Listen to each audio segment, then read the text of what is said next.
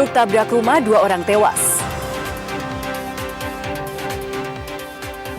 Wabub Jember adukan Bupati ke KPK.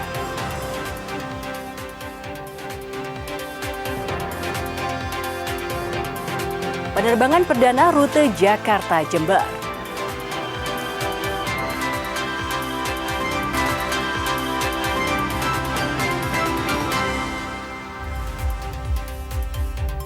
Halo saudara, apa kabar Anda hari ini? Kompas Jatim kembali hadir ke hadapan Anda.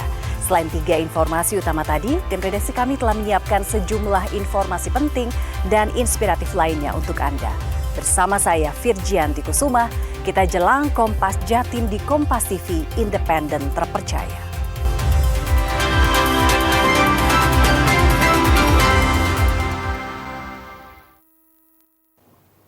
Berita pertama dari Bangkalan, Jawa Timur. 2 anak tewas akibat tertimpa truk yang oleng dan menimpa rumah di Kecamatan Labang, Bangkalan. Diduga truk bermuatan pasir tidak mampu melewati tikungan jalan yang menanjak. Truk bermuatan pasir ini hendak melakukan pengiriman ke wilayah Labang, Bangkalan. Di jalanan yang menanjak disertai tikungan, truk tidak mampu menanjak hingga berjalan mundur sehingga oleng dan menimpa rumah warga. Di dalam rumah terdapat 2 anak kecil yang tertidur pulas sehingga keduanya tewas akibat tertimpa truk bermuatan pasir tersebut. Suasana gaduh membuat warga berhamburan keluar rumah dan memberikan pertolongan agar kedua anak segera dikeluarkan dari reruntuhan rumah yang tertimpa truk bermuatan pasir. Untuk memastikan penyebab pasti kecelakaan, polisi melakukan olah TKP. Dimungkinkan kendaraan tersebut kurang karena muatannya mungkin yang berat sehingga truk tersebut mundur dan kehilangan kendali, kemudian oleng jatuh menimpa bangunan rumah. Di situ terdapat 2 orang yang sedang tertidur dan menjadi korban karena peristiwa tersebut. Informasi lainnya, Wakil Bupati Jember Joko Susanto mengadukan Bupati Jember Muhammad Fawaid ke KPK. Tak hanya ke KPK, Wabub juga laporkan Bupati ke Menteri Dalam Negeri dan juga Gubernur Jawa Timur. Aduan ini terkait indikasi penyimpangan anggaran, tata kelola pemerintahan, penataan aset daerah, dan penempatan pejabat.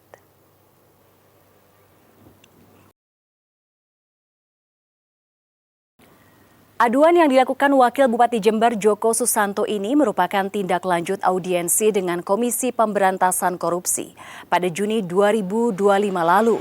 Tugas Wakil Bupati lebih banyak di bidang pengawasan dalam rangka jalannya roda pemerintahan yang sesuai aturan dan bersifat internal. Meski tidak secara terbuka mengatakan isi aduan, namun aduan ini terkait adanya indikasi penyimpangan anggaran, tata kelola pemerintahan, penataan aset daerah, dan penempatan pejabat.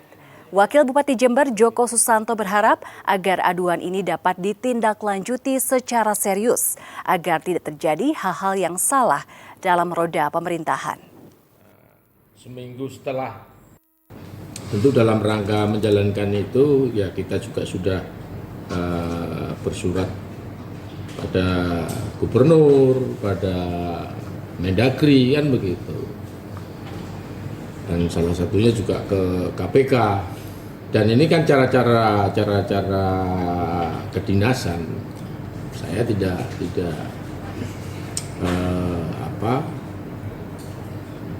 menyampaikan secara terbuka, kan begitu. Sorotan lainnya, ribuan anak di Lumajang, Jawa Timur mengalami putus sekolah. Kebanyakan penyebab angka putus sekolah karena faktor ekonomi dan pernikahan dini. Pemkab setempat mengaku siap membiayai anak-anak putus sekolah tersebut. Ribuan anak di Lumajang terpaksa harus putus sekolah. Dari catatan Dinas Sosial Pemberdayaan Perempuan dan Perlindungan Anak Lumajang, angka anak putus sekolah pada tahun ajaran 2023-2024 telah tembus 1.739 anak. Paling banyak anak putus sekolah terjadi pada anak di jenjang pendidikan sekolah menengah pertama atau SMP. Sementara sisanya 392 anak di jenjang sekolah dasar. Menurut Bupati Lumajang, Indah Amperawati, penyebab anak putus sekolah tersebut karena ada dua hal, yakni ekonomi dan pernikahan dini. Bupati Lumajang bilang anak-anak yang putus sekolah lebih memilih menjadi penambang pasir guna membantu orang tuanya. Mungkin ada kaitannya dengan pernikahan dini. Nah, ini pemerintah bersama Kementerian Agama, bersama tim penggerak PKK dan organisasi-organisasi kemasyarakatan lain itu bergerak bersama-sama untuk memahamkan bahwa akibat dari pernikahan dini itu sangat banyak. Sedikitnya ada 3 kecamatan yang menjadi lokasi angka anak putus sekolah tertinggi, yakni Kecamatan Pasirian, Candipuro, dan Randu Agung, Lumajang. Ini, pemerintah Kabupaten Lumajang akan membiayai anak-anak putus sekolah tersebut agar mereka bisa melanjutkan jenjang pendidikannya. Abdul Rahman, Kompas TV, Lumajang, Jawa Timur. Penerbangan perdana pesawat Fly Jaya rute Jakarta Jember dan sebaliknya berjalan sukses di Bandara Noto Hadinegoro Jember, Jawa Timur. Tercatat sebanyak 71 penumpang dengan rincian 21 penumpang dari Jakarta dan 50 penumpang dari Jember ke Jakarta. Setelah sempat 2 kali tertunda, penerbangan perdana pesawat Fly Jaya rute Jakarta Jember dan sebaliknya berjalan sukses dan sesuai jadwal di Bandara Noto Hadinegoro Jember Selasa siang kemarin. Tercatat sebanyak 71 penumpang dengan rincian 21 penumpang dari Jakarta tujuan Jember dan 50 penumpang dari Jember tujuan Jakarta. Kedatangan pesawat ATR 72500 disambut Bupati Jember bersama jajaran Forpimda serta organisasi perangkat daerah. Tujuan utamanya adalah pertumbuhan ekonomi, peningkatan investasi, pariwisata, sehingga tujuan akhirnya adalah pengentasan kemiskinan dan kesejahteraan masyarakat Jember. Penerbangan ini kawan-kawan dilaksanakan insya Allah setiap hari Selasa dan Kamis. Halim Jember, Jember Halim, kemudian pesawat pakai ATR ya, ATR 72, sehingga penumpang kurang lebih sekitar 70-an penumpang dan ini insya Allah direct. Menurut penumpang, penerbangan Jakarta Jember dan sebaliknya sangat efektif bagi kalangan pengusaha karena efisiensi waktu dan ketepatan sangat dibutuhkan. Kami menyambut gembira sekali. Dan ini bukan ini aja, mulai dulu itu sudah mulai 5 tahun yang lalu benar sudah kami tunggu menerbangkan flight langsung ke Jakarta. Alhamdulillah sekarang sudah terlaksana meskipun masih terseok-seok seperti itu. Dan mudah-mudahan nanti juga yang akan datang bisa bukan hanya ini, bukan hanya seminggu 2 kali, kalau bisa tiap hari. Karena apa? Animo masyarakat ke Jakarta itu sebenarnya besar sekali. Sementara itu, harga tiket perjalanan pesawat Fly Jaya rute Jakarta Jember dan sebaliknya berkisar 1,3 hingga 1,4 juta rupiah. Penerbangan ini diharapkan menjadi pintu investasi di Jember yang dapat mengangkat perekonomian, pariwisata, dan sektor lainnya. Hernawan Mustika, Kompas TV, Jember, Jawa Timur. PMK Pasuruan membuka job fair untuk membuka peluang kerja bagi warganya. Menariknya, job fair kali ini juga memberikan kesempatan bagi penyandang disabilitas untuk berkompetisi menyerap peluang kerja sesuai dengan kompetensinya. Job Fair 2025 kali ini digelar pemerintah Kabupaten Pasuruan di lapangan Plumbon, Pandaan, Pasuruan. Job Fair 2025 dibuka secara resmi Rabu pagi. Ajang ini menawarkan 1.000 lowongan dari 41 perusahaan dengan peluang melamar sesuai kompetensi masing-masing. Selain membuka lowongan pekerjaan bagi warga umum, Job Fair juga menyediakan lowongan khusus bagi para penyandang disabilitas. Sejak dibuka, ajang rekrutmen ini langsung disesaki para pencari kerja, tak terkecuali para penyandang disabilitas seperti Khalifah Alifatus Sa'diyah. Khalifah bilang ingin mencari pekerjaan yang lebih layak dari sekadar penjaga toko, pekerjaan yang selama ini ia geluti. Ya, saya berharapnya dapat pekerjaan. Buat saya sendiri, job fair ini udah bagus ya tahun ini. Udah lumayan banyak yang terbuka untuk disabilitas. Saya lihat banyak Pemkab Pasuruan mengajak perusahaan-perusahaan yang ikut job fair juga memberikan ruang bagi kelompok difabel. Saat ini baru satu perusahaan yang memberikan kesempatan bekerja bagi difabel dengan kuota tak sampai 100 orang. Sudah ada dari PT JAI yang menginisiasi membantu teman-teman disabilitas untuk bisa masuk di perusahaan PT JAI. Nah, harapan kita ini juga perusahaan yang lain juga bisa mengikuti untuk penyandang disabilitas. Kegiatan ini diharapkan sesuai harapan Bupati, job fair bisa digelar setidaknya 2 kali setahun. Hal ini untuk menyesuaikan jumlah pencari kerja yang lebih banyak dari lowongan yang tersedia. Babul Arifandi, Kompas TV, Pasuruan, Jawa Timur. Pemkab Kediri meresmikan Mall Pelayanan Publik. Mall ini diharapkan mampu memudahkan warga mengakses berbagai pelayanan seperti kepengurusan IKTP hingga administrasi kependudukan lainnya. Bupati Kediri Hanindito Himawan Pramana meninjau gedung pelayanan publik di kawasan Ngasem, Kediri. Peninjauan ini untuk memastikan pelayanan berjalan lancar. Gedung yang dibangun sejak tahun 2023 itu nantinya difungsikan memberikan pelayanan pemerintah kepada masyarakat, sehingga warga bisa lebih mudah dan cepat untuk mengurus berbagai layanan. Dalam satu gedung itu ada 85 layanan. Maksud kami ada 85 pelayanan yang terdiri dari 21 instansi. Ditargetkan akan menambah 5 instansi lagi hingga membuka 92 pelayanan. Kalau target pelayanan di pemerintah Kabupaten Kediri targetnya 1 hari jadi.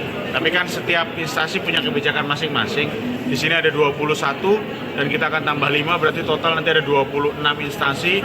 Tergantung persoalannya juga berbeda-beda. Kalau ke kejaksaan, kepolisian, kita nggak tahu bisa berapa harinya ya, karena mereka punya waktu. Pasokan turun, harga cabai makin mahal. Nantikan informasi selengkapnya usai jeda berikut ini. Tetaplah bersama kami di Kompas Jatim.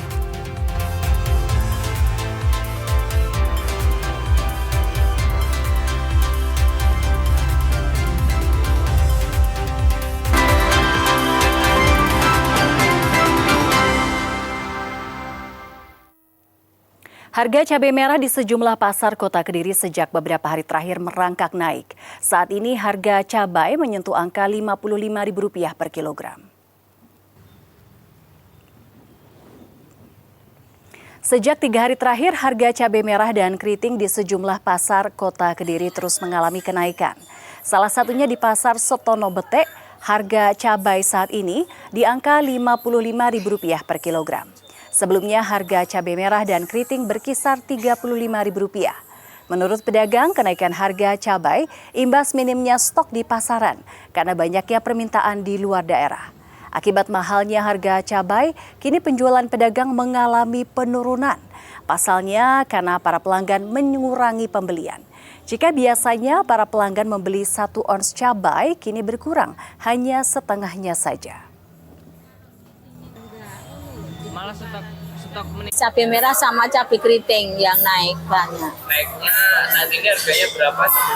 Sekarang 55, sebelumnya cuma 35. Itu sejak kapan? Kalau cabai merah sejak 3 harian ini. Kalau cabai keritingnya sudah 1 minggu lebih. Dinas Ketahanan Pangan dan Pertanian Surabaya mengklaim serapan distribusi beras stabilisasi pasokan dan harga pangan SPHP di Surabaya tinggi. Hal tersebut berdampak baik terhadap terjadinya deflasi harga beras di Surabaya. Gerakan pangan murah yang rutin digelar Pemkot Surabaya baik secara mandiri maupun bekerjasama dengan Pemprov Jawa Timur dan Bulog turut berdampak positif terhadap meningkatnya distribusi beras stabilisasi pasokan dan harga pangan atau SPHP di Surabaya. DKPP Surabaya mengklaim saat ini komoditas beras SPHP mengalami deflasi atau penurunan harga sebesar 0,07% dan menjadi komoditas yang tidak turut menyumbang terjadinya inflasi di Surabaya. Serapan pembelian SPHP di setiap gelaran gerakan pangan murah GPM juga tergolong tinggi hingga rata-rata 1.200 ton. Pengalaman kalau SPHP di GPM biasanya menarik ya, kayak mengamati kemarin kita rata-rata hampir 1.200 ton ya waktu acara GPM serentak yang di lapangan Flores kemarin. Yang hari ini kita di beberapa tempat ini yang di sini saja 10 ton. Insya Allah peminatnya cukup banyak. Selain beras, Dinas Ketahanan Pangan dan Pertanian Surabaya juga terus berupaya mengamankan stok sembako lain seperti telur, cabai, gula, minyak goreng hingga bawang dengan menjaga suplai kolaborasi dari kabupaten daerah penghasil untuk distribusinya. Tujuannya yakni menstabilkan harga di pasaran. Alfian Rahman, Kompas TV, Surabaya, Jawa Timur. Sementara itu Pemkot Malang terus menggelontorkan beras stabilisasi pasokan dan harga pangan SPHP dalam gerakan pangan murah. Namun dalam gerakan pasar murah di Kecamatan Kedung Kandang Malang, beras SPHP kurang diminati. Gerakan pasar murah untuk menstabilkan harga kebutuhan pokok terus digelar di Kota Malang. Kali ini gerakan pangan murah digelar di halaman kantor Kecamatan Kedung Kandang Malang. Dalam pasar murah ini tidak seperti pasar murah di beberapa tempat sebelumnya. Pasar murah yang dibuka sejak pagi terlihat sepi dan tidak ada antrean warga yang membeli bahan pangan. Sementara itu Lilis, salah satu warga, lebih memilih membeli beras premium daripada beras SPHP meski ada perbedaan harga. Menurut Lilis, dari segi kualitas beras premium jauh lebih baik dari beras SPHP. Memang masyarakat sekarang banyak seperti Surabaya juga kota metropolitan, keinginan dari SPHP memang untuk perkotaan itu memang tidak begitu banyak, tetapi mereka memilih premium. Tetapi di daerah pinggiran dan lain-lain itu saya yakin SPHP masih diperlukan. Dari ini di-share di grup RT juga dari kelurahan. Tadi beli apa aja? Beli beras Jatimata 1 lahap 1. Bu, kenapa nggak beli SPHP? SPHP ini berasnya enggak apa ya, kayak buat nasi goreng itu masih ketat. Kalau harganya gimana Bu dengan ini dengan SPHP? Jauh memang, kalau SPHP kan cuma 57, kalau ini kan cuma 74.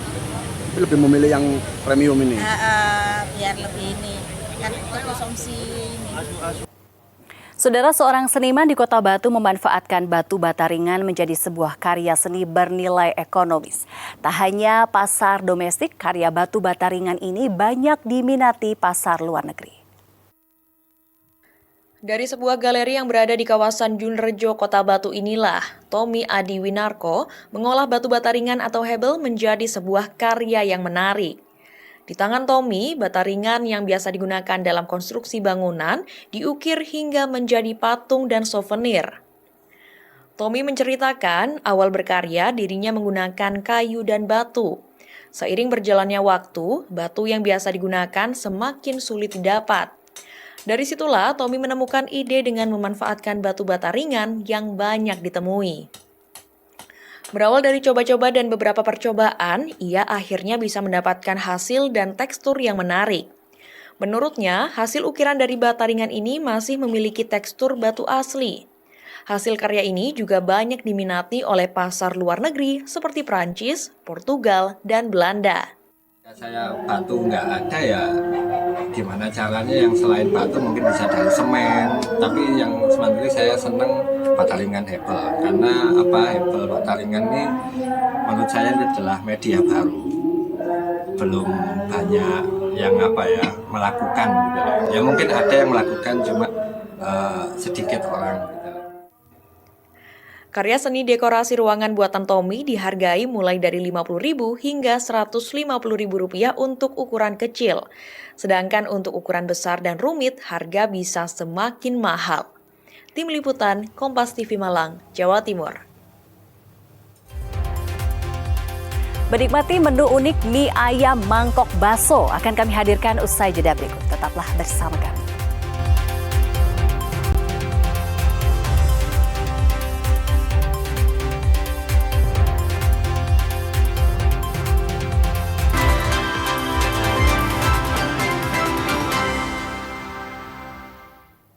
Seorang pedagang mie ayam di Jember menawarkan menu unik, yakni mie ayam mangkok bakso. Seperti namanya, olahan mie ayam disajikan dalam mangkok yang berasal dari bakso daging. Inovasi kuliner ini mampu menarik konsumen, terutama pecinta kuliner mie ayam. Dan informasi ini sekaligus menutup jumpa kita di Kompas Jatim hari ini. Jangan lupa saudara untuk menyaksikan live streaming kami di kompas.tv dan channel YouTube Kompas TV Jawa Timur. Kompas TV independen terpercaya. Saya Virgianti Kusuma. Sampai jumpa. Mie ayam daging bakso berbentuk mangkuk dijual di Jalan Kiai Haji Sidik, Kecamatan Kaliwates, Kabupaten Jember, Jawa Timur. Seperti namanya, mie ayam daging bakso disajikan di mangkuk yang terbuat dari daging bakso. Cara membuat daging bakso mangkuk sama seperti membuat pentol bakso pada umumnya, yakni terbuat dari adonan daging dan tepung lalu direbus hingga matang. Yang membedakan, daging bakso mangkuk dibuat tidak bulat, melainkan dibentuk seperti mangkuk agar bisa dijadikan wadah makanan berkuah. Penggunaan mangkuk dari pentol bakso untuk menambah selera dan menarik pembeli. Dalam sehari, 30 porsi mie ayam daging bakso terjual. Unik aja, apa yang belum ada di Jember, terus kemudian orang-orang Jember kan utamanya kan cari yang keunikan. Apa yang belum ada di Jember itu coba inovasi itu. Sehari bisa sampai 20 lebih, 20-30 porsi mangkok. Banyak pengunjung ketagihan karena pentol baksonya menyerupai mangkuk dan terbuat dari daging sapi. Sensasinya ya mungkin dari itu kayak tepung-tepungnya kan unik, tempatnya kan berbentuk dari bakso, baksonya dibentuk mangkok, terus diisi mie, ada juga yang varian isi bakso juga kan, itu sih yang menarik. Unik gitu ya? Iya. Kalau rasanya Pak? Kalau rasanya enak. Satu porsi mie ayam bakso mangkuk dijual seharga Rp17.000. Hernawan Mustika, Kompas TV, Jember, Jawa Timur.